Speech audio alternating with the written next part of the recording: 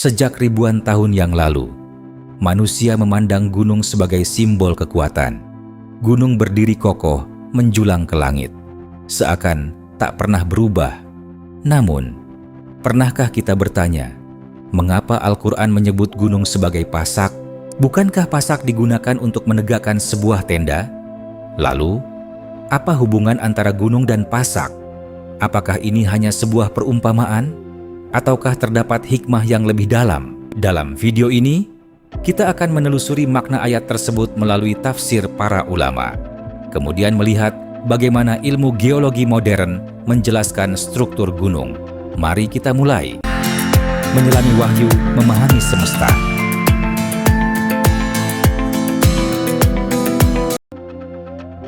Allah Subhanahu wa Ta'ala berfirman dalam surah An-Naba ayat 6-7. أَلَمْ نَجْعَلِ الْأَرْضَ مِهَادًا وَالْجِبَالَ أَوْتَادًا. Artinya, bukankah kami telah menjadikan bumi sebagai hamparan dan gunung-gunung sebagai pasak? Ayat yang singkat ini telah mengundang perhatian banyak ulama sejak berabad-abad yang lalu. Mengapa Allah memilih kata autad yang berarti pasak? Apakah ada makna khusus di balik pemilihan kata tersebut? Untuk memahaminya, kita perlu melihat bagaimana para mufasir menjelaskan ayat ini. Sebelum menghubungkan ayat ini dengan ilmu pengetahuan, langkah pertama adalah memahami bagaimana ayat tersebut ditafsirkan oleh para ulama. Sebab, Al-Quran pertama kali dipahami melalui penjelasan Rasulullah Shallallahu Alaihi Wasallam, para sahabat, dan para ulama tafsir. Imam Ibnu Katsir menjelaskan bahwa gunung merupakan salah satu tanda kekuasaan Allah. Beliau menerangkan bahwa gunung diciptakan agar bumi menjadi lebih kokoh sebagai tempat manusia hidup. Penggunaan kata autad menggambarkan sesuatu yang menancap dengan kuat, sebagaimana pasak yang menguatkan sebuah tenda. Namun, Ibnu Katsir tidak menjelaskan ayat ini sebagai teori geologi. Fokus beliau adalah menunjukkan kebesaran Allah melalui ciptaannya. Imam At-Tabari juga menjelaskan bahwa gunung merupakan bagian dari nikmat Allah kepada manusia. Allah menjadikan bumi sebagai tempat tinggal yang stabil dan gunung menjadi salah satu unsur yang memperlihatkan keteraturan ciptaannya. Dalam tafsir beliau, kata pasak dipahami sebagai gambaran yang mudah dimengerti manusia mengenai kekokohan gunung. Syekh Abdurrahman As-Sa'di menambahkan bahwa gunung merupakan salah satu bukti kesempurnaan penciptaan Allah. Dengan melihat gunung, manusia diajak merenungkan kebesaran Sang Pencipta. Ayat ini bukan sekadar menyampaikan informasi, tetapi juga mengajak manusia menggunakan akal dan hatinya. Dari penjelasan para ulama, kita memahami bahwa makna utama ayat ini adalah mengingatkan manusia akan kebesaran Allah melalui penciptaan gunung. Lalu, bagaimana ilmu geologi modern memandang struktur gunung? Apakah ada hal-hal yang dapat membantu kita semakin memahami keagungan ciptaan Allah? Mari kita lanjutkan. Setelah memahami bagaimana para ulama menafsirkan ayat ini, kini muncul sebuah pertanyaan menarik. Bagaimana ilmu geologi modern menjelaskan gunung? Apakah benar gunung memiliki struktur yang menyerupai pasak? Dalam ilmu geologi, gunung tidak muncul secara tiba-tiba. Sebagian besar gunung terbentuk akibat pergerakan lempeng tektonik selama jutaan tahun. Ketika dua lempeng bumi saling bertabrakan, lapisan batuan terdorong ke atas hingga membentuk pegunungan yang menjulang tinggi. Menariknya, bagian gunung yang terlihat di permukaan hanyalah sebagian dari keseluruhan strukturnya.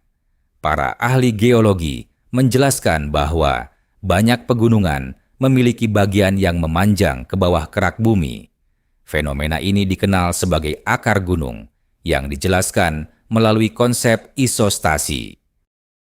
Gambaran sederhananya mirip seperti gunung es yang terapung di lautan. bagian yang tampak di atas permukaan hanyalah sebagian kecil dari keseluruhan strukturnya. Demikian pula, banyak pegunungan memiliki massa batuan yang memanjang ke bawah, membantu mencapai keseimbangan dengan lapisan bumi di bawahnya. Namun, penting untuk dipahami, ilmu geologi tidak menyatakan bahwa gunung menghentikan pergerakan lempeng tektonik. Justru, pergerakan lempeng itulah yang membentuk banyak pegunungan. Sebagai contoh, pegunungan Himalaya terbentuk akibat tumbukan antara lempeng India dan lempeng Eurasia, sebuah proses yang masih berlangsung hingga sekarang. Walaupun demikian, struktur gunung yang memanjang ke bawah membuat banyak ilmuwan menggunakan istilah akar gunung. Istilah ini bukan berarti gunung adalah paku yang mengunci bumi, melainkan menggambarkan bagaimana massa batuan gunung berhubungan dengan keseimbangan kerak bumi. Ketika Al-Quran menyebut gunung sebagai autad atau pasak, umat Islam memahaminya sebagai bagian dari tanda-tanda kebesaran Allah. Sementara itu, ilmu geologi membantu kita memahami bagaimana gunung memiliki struktur yang jauh lebih kompleks daripada yang tampak di permukaan. Keduanya berada pada ranah yang berbeda. Tafsir menjelaskan makna ayat, sedangkan geologi menjelaskan proses alam yang dapat diamati dan diteliti. Ketika kita memandang sebuah gunung, yang sering kita lihat hanyalah puncaknya yang menjulang tinggi. Padahal, sebagian besar strukturnya tersembunyi jauh di bawah permukaan bumi. Begitu pula dengan banyak tanda kebesaran Allah. Ada yang tampak oleh mata, dan ada yang baru kita pahami setelah manusia terus belajar dan meneliti. Al-Quran bukanlah kitab geologi. Tujuan utamanya adalah memberi petunjuk kepada manusia menuju jalan yang benar. Namun, ketika Al-Quran mengajak manusia memperhatikan bumi, langit, gunung, lautan, dan seluruh alam semesta, sesungguhnya Allah sedang mengajak kita untuk berpikir. Semakin dalam ilmu pengetahuan berkembang, semakin kita menyadari bahwa alam semesta memiliki keteraturan yang luar biasa. Setiap gunung, setiap lembah, setiap batu, bahkan setiap lapisan bumi bekerja sesuai dengan hukum yang telah Allah tetapkan. Sebagai seorang Muslim, mempelajari ilmu pengetahuan seharusnya tidak menjauhkan kita dari Allah. Justru, ilmu menjadi salah satu jalan untuk semakin mengenal kebesarannya.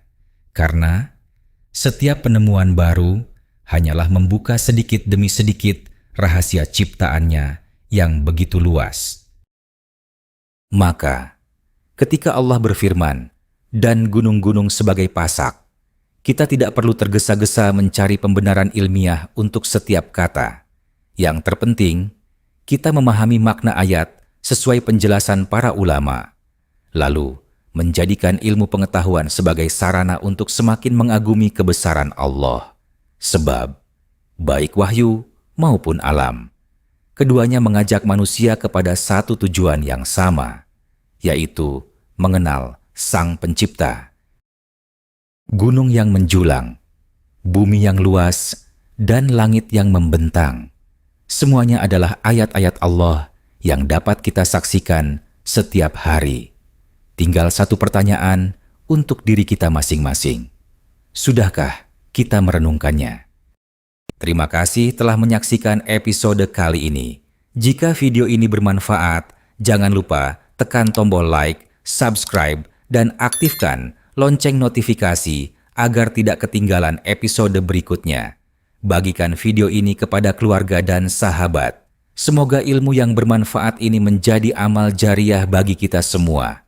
Karena semakin dalam kita mempelajari ciptaannya, semakin besar pula rasa kagum kita kepada Sang Pencipta. Kami dari Ayat dan Semesta mengucapkan sampai jumpa di episode berikutnya. Wassalamualaikum warahmatullahi wabarakatuh.